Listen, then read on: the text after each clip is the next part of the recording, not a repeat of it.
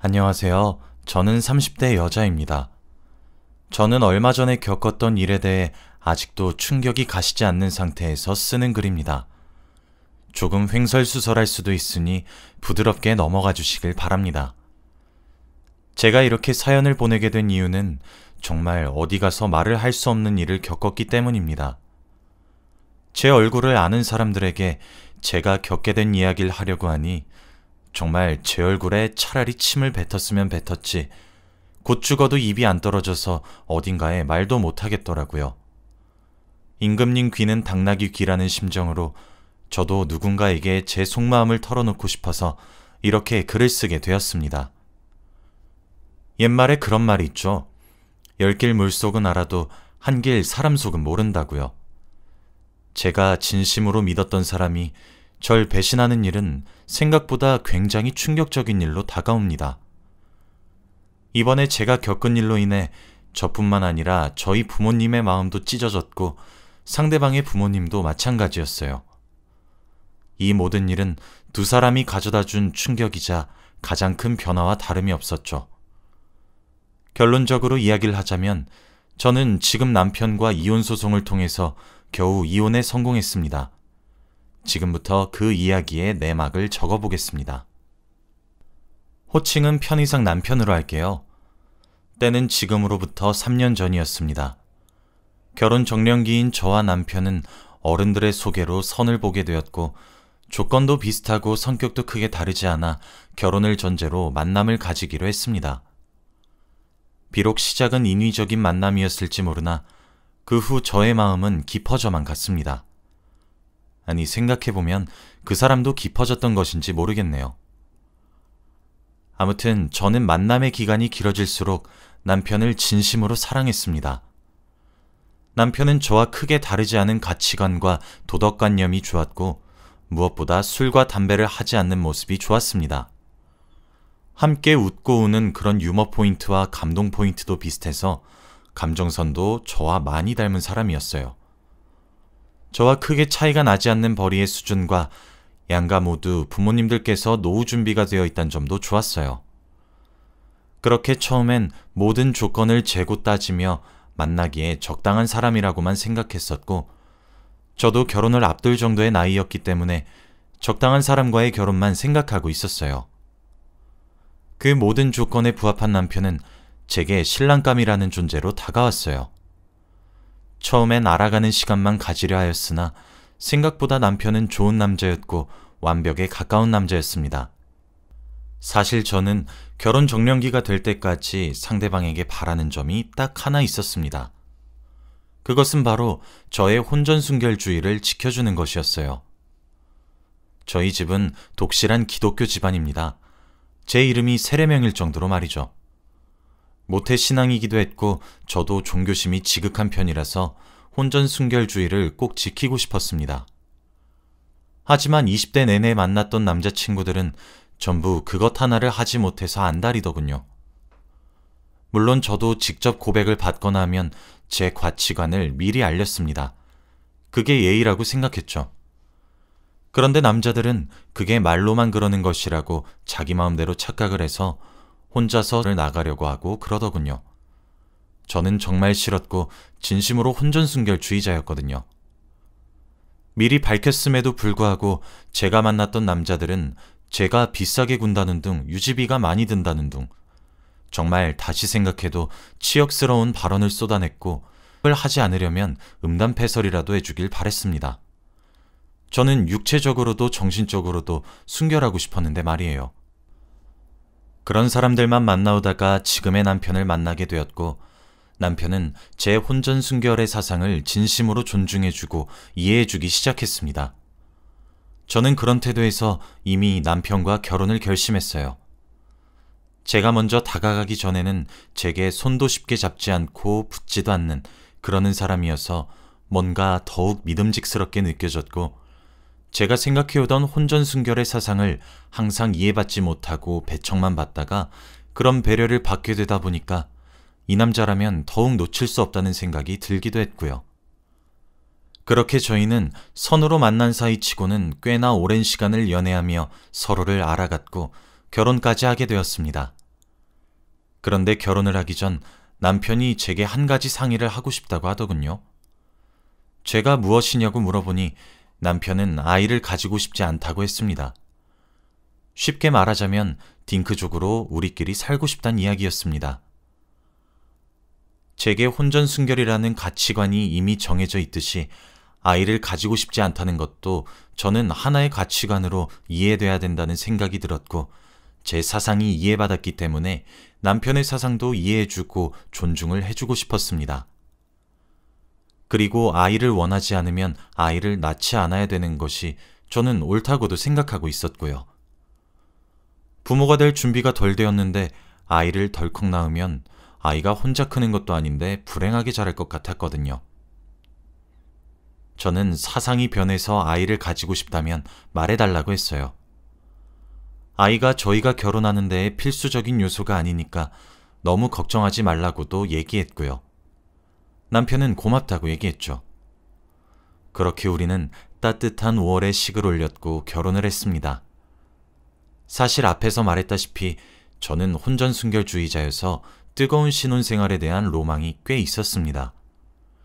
그런데 결혼 이후에도 남편은 제게 손가락 하나 대지 않았어요. 신혼여행을 제외하고는 정말 한 달에 한두 번 할까 말까 싶을 정도였어요. 아이를 낳네 마네 할 수준이 아니었던 거죠. 하늘을 봐야 별을 따니마니 하는데. 처음엔 남편이 제게 사랑이 식은 것은 아닌가, 정말 많은 걱정을 했고 5만 가지의 경우의 수를 생각하기 시작했습니다. 저 말고 다른 사람이 생긴 것은 아닌가 걱정도 했고요. 그리고 저는 이 고민을 남편의 동생, 즉 제게 도련님이 되는 사람에게 털어놓기도 했어요. 결혼하고 나서 알게 된 사실은 시부모님 두 분 다 매우 자상하시고 따뜻하신 분들이라는 것과 도련님이 저보다 한 살 어리지만 내면은 저보다 성숙하다는 거였죠. 도련님께 남편과 다툰 일이라거나 서운한 일이라거나 하면 정말 귀신같이 제 마음을 위로해주고 뭐 그런 식으로 대해주니까 시댁 가족 중에서 제가 제일 좋아할 수밖에 없겠더라고요. 그래서 감히 그런 파렴치한 상상은 정말 상상치도 못했던 것 같습니다. 저는 출장 업무가 정말 적은 직종입니다. 그런데 올해 들어서 유별나게 타 지역으로 출장을 가야 하는 경우가 꽤나 많이 생기더라고요. 결혼한 지 얼마 안 된 신혼에게 이런 출장 업무 맡겨서 미안하다는 팀장님의 말을 들으며 속으로는 입을 삐죽거렸지만 겉으로는 괜찮다며 우스갯소리를 내며 넘어가곤 했어요. 그때도 부산으로 출장을 2박 3일간 떠나야 했습니다. 남편과 아쉬움이 담긴 작별 인사라고 부산으로 떠났어요. 그런데 저희가 섭외한 업체와 제가 일하고 있는 회사에서 서로 의사소통에 문제가 생겼던 거였고 2박 3일로 잡았던 출장은 당일치기로 변경되고 말았습니다. 아주 간단한 부분의 의사소통이 안 되어 문제가 터져서 제가 필요했던 거였는데 제가 나타남으로써 그 부분이 자연스럽게 해결이 돼버려 그렇게 길게 머무를 필요가 없었거든요. 회사에서는 이왕 이렇게 된 거 그동안 신혼인데 방해해서 미안하다고 하시며 2박 3일 동안 출장 간 것으로 해놓을 테니 바로 집으로 가서 이틀 쉬어도 된다고 얘기해 주었죠. 정말 뛸 듯이 기뻤고 남편에게 바로 알려주려고 했습니다.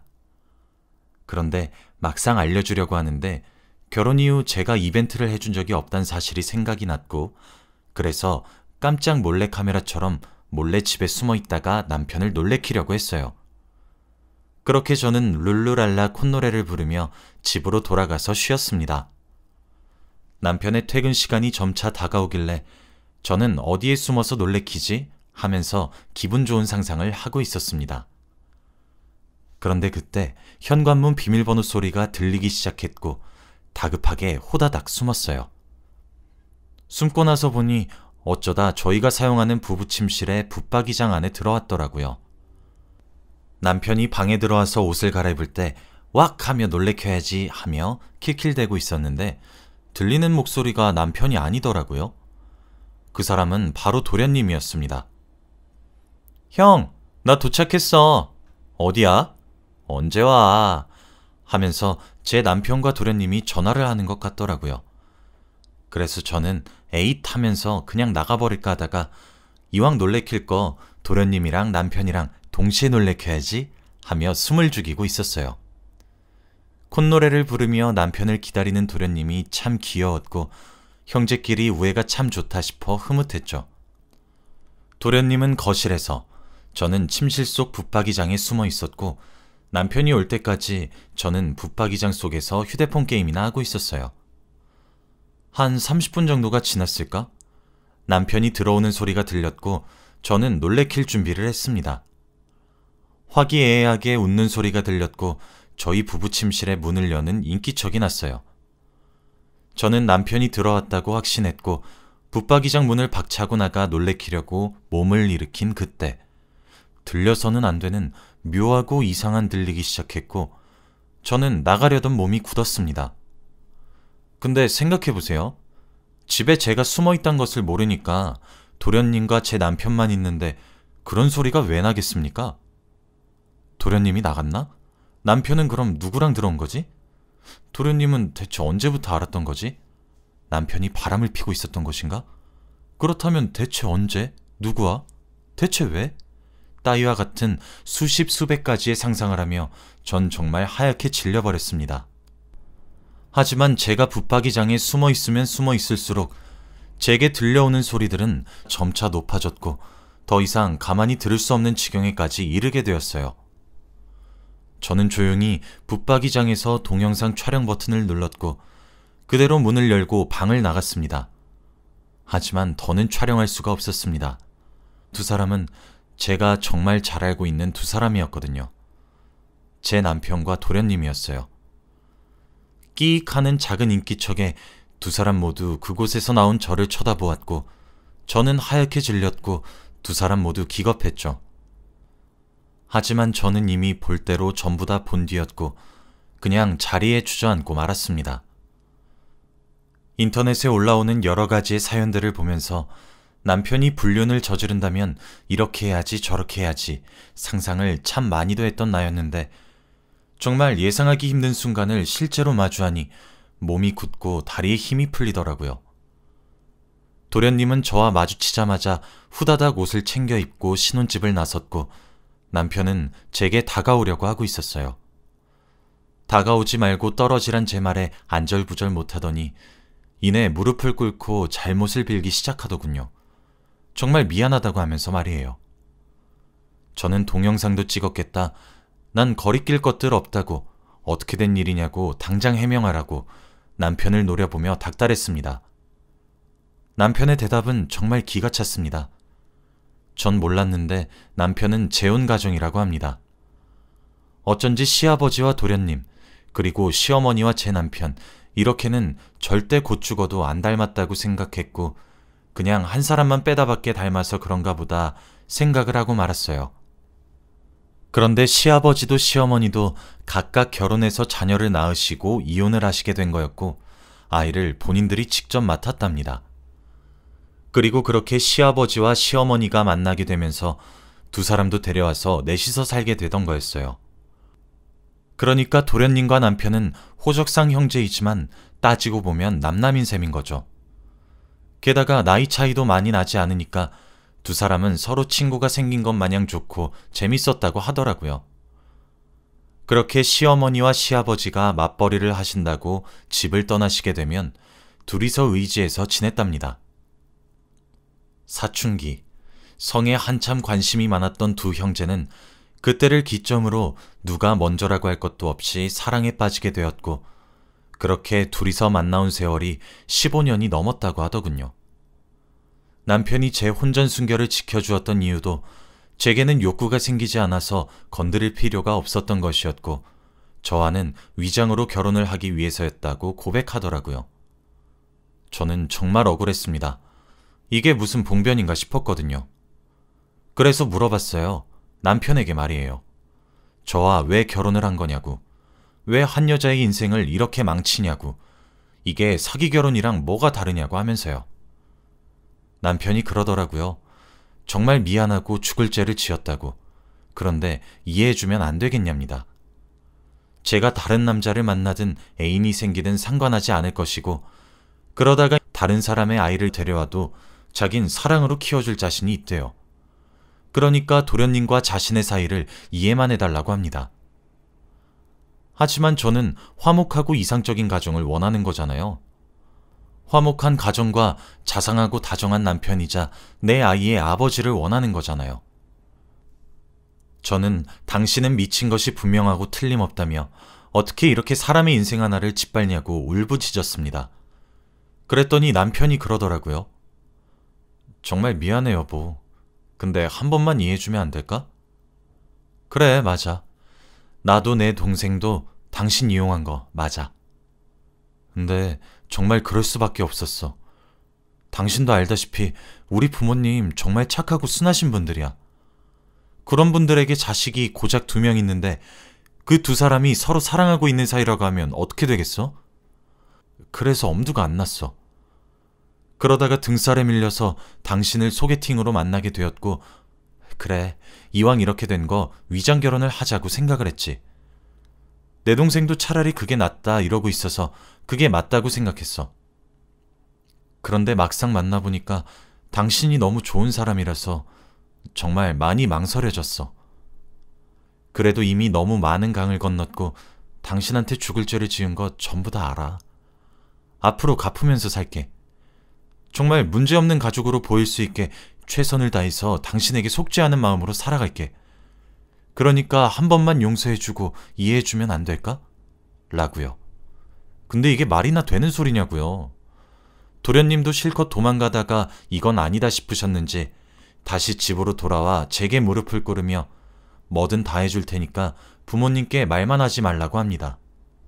솔직히 울고 싶은 사람도 저고 상처받은 사람도 저 아닌가요? 때려 죽어도 시원찮을 놈들이 제 바짓가랑이를 붙잡고 늘어뜨리는 모습을 보니까 정말 죽고 싶더라고요. 제 남편이 본인의 새어머니가 데려오신 동생과 사랑하는 사이인 게 어디 말이나 되는 일입니까? 돈도 원하는 대로 주고 다 제 마음대로 해줄 테니 부모님께 알리지만 말아달라고 하더군요. 하지만 전 그러지 않았습니다. 누구 좋으라고 그러나요? 저는 시댁에 이 사실을 알림과 동시에 이혼을 요구했습니다. 당연히 시어머니는 뒷목을 잡고 쓰러졌고 시아버지도 뭐 더하면 더했지 절대 덜하지는 않았습니다. 시댁이 그렇게 되었는데 저희 친정은 어땠겠습니까? 더하면 더했지 절대 덜하지는 않았어요. 변호사를 고용해서 이혼소송을 하게 되면서 알게 된 사실은 결혼 이후에도 도련님과의 만남을 지속했던 증거들이 속속들이 나오기 시작했고 도련님도 저와 같은 희생자를 만들기 위해 여자친구를 두고 있었던 아주 쓰레기 같은 놈이었습니다. 정말 그 사실을 알게 된 순간 억장이 무너지는데 제가 잘못 걸린 것이 맞구나 싶었어요. 얼굴도 모르지만 그 여자는 또 무슨 죄가 있어서 저처럼 이런 일을 당해야 하나요? 어떻게 자신들의 부당한 성취향을 숨기고 싶어서 엄한 2명의 여자의 인생을 망치려고 하냐고요. 게다가 저는 이미 망쳐졌잖아요. 아무튼 그렇게 충격과 공포를 넘나들기 시작하면서 이혼소송을 준비했고 당연히 제가 승소할 수밖에 없었습니다. 미안하다, 잘못했다, 시키는 대로 하겠다고 무릎을 꿇고 빌면서 애원하던 2사람은 제가 시댁의 모든 진실을 터뜨림과 동시에 태도를 180도 달리하여 제게 정신적인 충격을 안겨주었고 끝까지 구질구질하게 소송에 임했습니다. 그렇게 저는 결혼하고 8개월 만에 제가 그렸던 꿈같은 결혼 생활이 파경에 맞게 되었어요. 저도 당시에 받았던 충격이 생각보다 컸었던 것인지 일도 그만두고 정신과를 다니면서 하루하루 버티며 지내고 있습니다. 가장 많이 믿었던 사람에게 받은 배신을 어떻게 치유해야 할지 모르겠습니다. 친정에서도 전부 제 눈치를 보면서 전전긍긍하는 모습이 너무 싫다가도 너무 슬프고 참 힘든 하루하루를 보내고 있어요. 이젠 누구도 다시 믿지 못할 것 같아서 정말 어찌해야 할지 모르겠습니다. 이혼을 한 것까진 정말 잘한 것 같아요. 그런데 제가 언젠가 이 상처를 전부 다 치유할 수 있을지 모르겠네요. 참 어디 가서 이야기를 꺼내기에도 불편하고 동정심만 살 것 같아 이렇게 익명으로 털어놓게 되었습니다. 그런데 하소연을 한 것 같아서 그런지 기분이 한결 나아진 것 같네요. 여기까지가 제 이야기고요. 긴 이야기 들어주셔서 정말 감사합니다. 행복하세요.